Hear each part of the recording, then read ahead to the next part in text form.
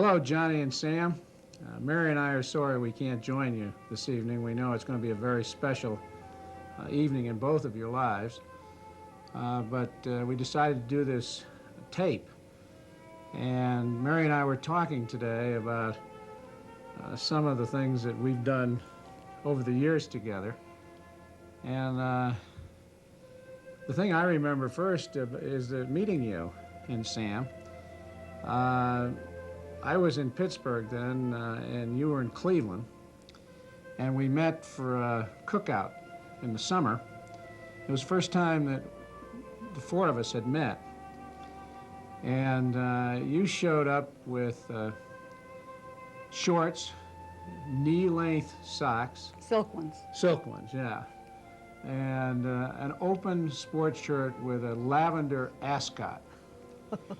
And I understood you were married to someone called Sam. So I thought, this Dickinson seems like a pretty strange guy. I'm not sure what he's really all about. Johnny, we really didn't come tonight because we know this is the party of your life and you would keep us up so late that we'd be sick for 2 weeks. So that's really why we didn't come.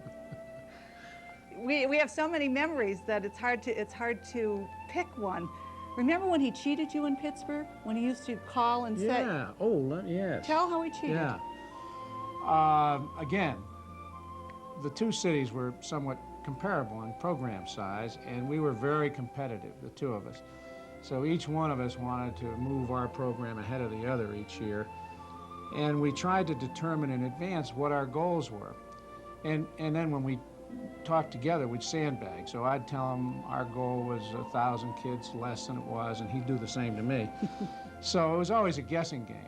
Well, one day I was out of town, and Johnny called from Cleveland to one of our staff people, and he said he was a representative from the Pittsburgh Press, and he wanted to do a feature article on JA, but he needed to know, among other things, what our plans were for the fall and how big our program was going to be. So our people, you know, being impressed with the fact that they were going to be in the newspaper, told him everything we knew. And he never told us about it. He had all this inside information, and that year, obviously, cleaned our clock.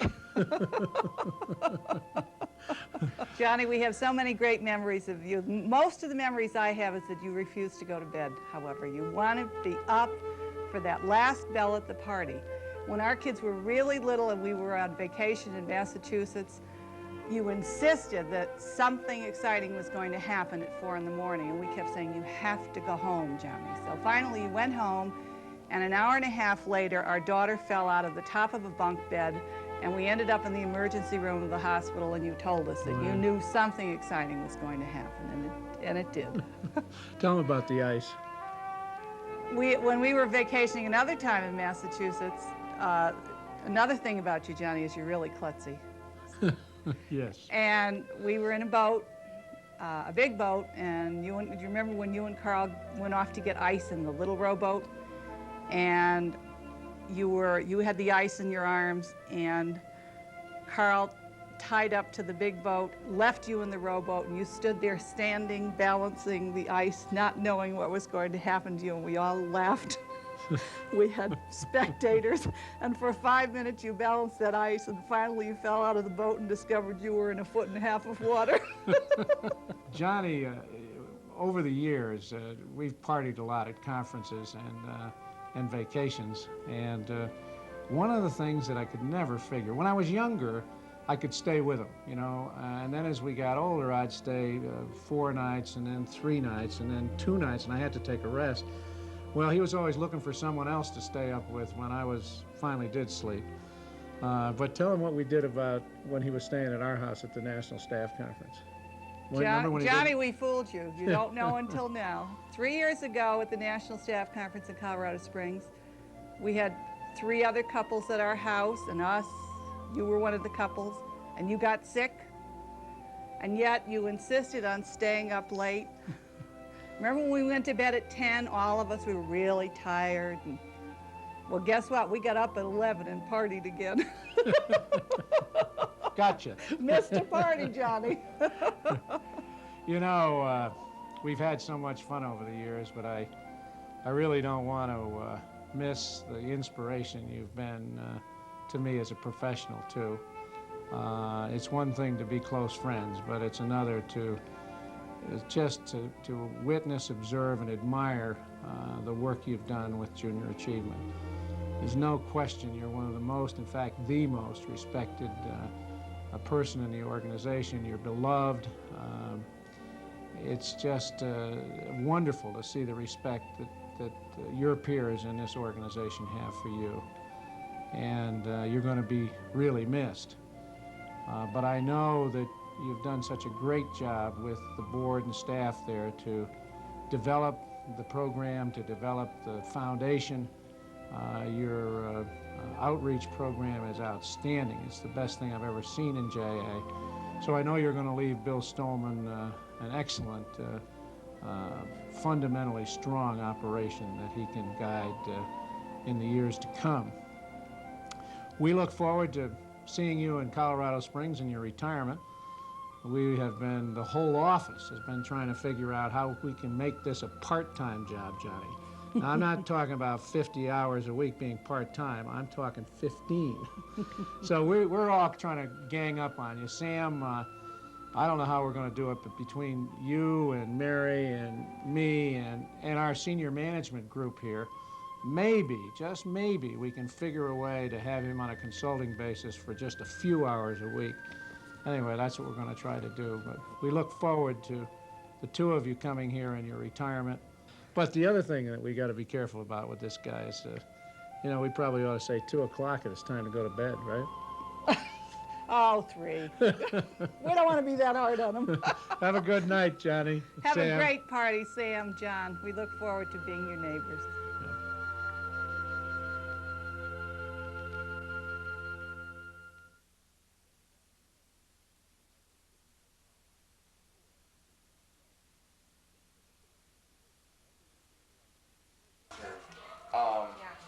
Dexter. Shit, I might as well keep going with these college kids here. He claims not to know who they are.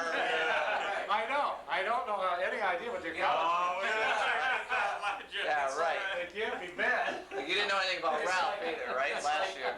Well, I guess I had it bench press is 250. It's not going to help you penny tossing, though. Right. Tough choice now, yeah. I mean, pick the ring, that college kid. Yeah. The one over there. What's your name? No, They're let 8 me feet take tall. Grandpa. Yeah, he's not up yet. He'd be good in Trivial Pursuit. That's right. Yeah, I know the answer to that. Yeah, by the way. The Trivial Pursuit answer is 6. Oh, is it? Yeah. I would think it'd be an odd number. Yeah, I would tend to agree with Johnny. Well, I'll show you the 2 shoes I have downstairs in the cellar and the 7 in the... Mary It's Flynn has different been kind. taken, right? There's 4 on the outside Mary- and the inside. And Jimmy's wife. Oh, yeah. Mary Shannon. Mary Shannon John is on John Wright's Buddy. team. Yeah. In my team? I'll take this Maria Lee. I knew you. I'm going to college. 8 feet Tough tall. choice there, John. Hey, Pops, you know where any scotch tape is? What's the red team? Now,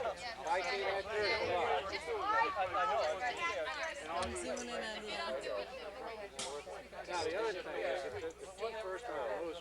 We're gonna have a toaster oven set up. We can make her own cheese. She wanted a hot deal the worst. What if we did if there was a tie? You don't think a hot dog? All of a sudden it appears in your I think we gave everybody the higher point. Right on its way over the table. It's a table. So we'll tie. Before you tie all the EY points to get it out of you. The table in a 10 by 10 space. We got it. Them 5 points. You guys get the cash box? Well, you could, but somebody, you know. Yes, I don't know. Okay, I will. Soviet Union and an American organization dedicated to teaching the next generation about the free market system. That organization is Junior Achievement. Junior Achievement was recognized as the vehicle to really help change a nation, and especially the youth in a nation, about its new course. We'd like to present is the Frank T. Carey Award, given for extraordinary commitment to junior achievement at the local level. This is the highest honor we can give. Personifying these ideals and leadership that Mr. Carey represents is the 1994 recipient of the Frank T. Carey Award, Mr. Douglas P. Bigley. Doug, Senior Vice President of the Boeing Company in Seattle, first got involved with junior achievement because of his son's interest and active participation in the organization.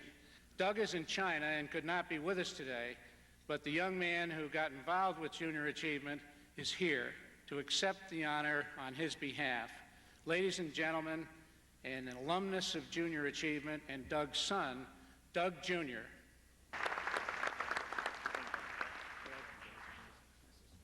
Our next award is the S. Baird Colgate Award, given to an individual who has demonstrated exceptional national leadership and contributions to the overall development of junior achievement.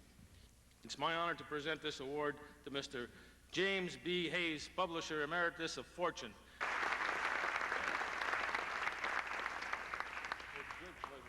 I'm certain this day-long tribute to free enterprise will not only help you recognize the value of educating and inspiring young people, but will also help you to see the importance of increasing that involvement.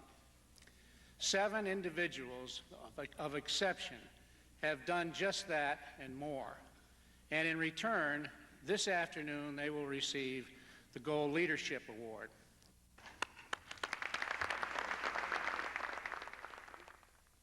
Karl, there's just one more honor that we would like to bestow. As everyone may know by now, Karl is retiring at the end of this year. We would like to present a very special award to you today, and we call it the Eagle Award. It was created especially to honor you for your exceptional leadership.